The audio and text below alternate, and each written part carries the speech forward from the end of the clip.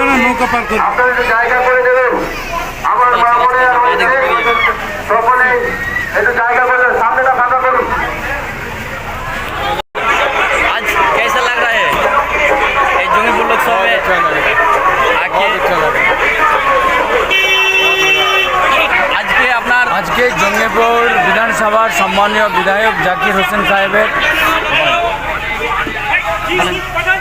আজকে জঙ্গিপুর লোকসভার নির্বাচনের প্রার্থী খলিলুর রহমানের সমর্থনে জঙ্গিপুর বিধানসভার সম্মানীয় বিধায়ক জাকির সাহেবের উদ্যোগে আজকে জঙ্গিপুর পৌরসভার পৌরপিতাকে সঙ্গে নিয়ে আজকে আমাদের র্যালি হচ্ছে।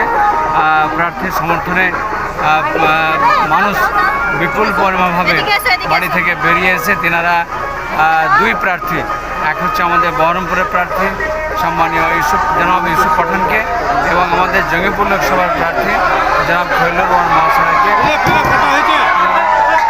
যেভাবে দোয়া আশীর্বাদ করছেন, ইনশাআল্লাহ আমরা মানুষের পাশে রয়েছি, মানুষের পাশে থাকবো এবং মানুষ আগামীতে নির্বাচিত করবেন ইনশাআল্লাহ।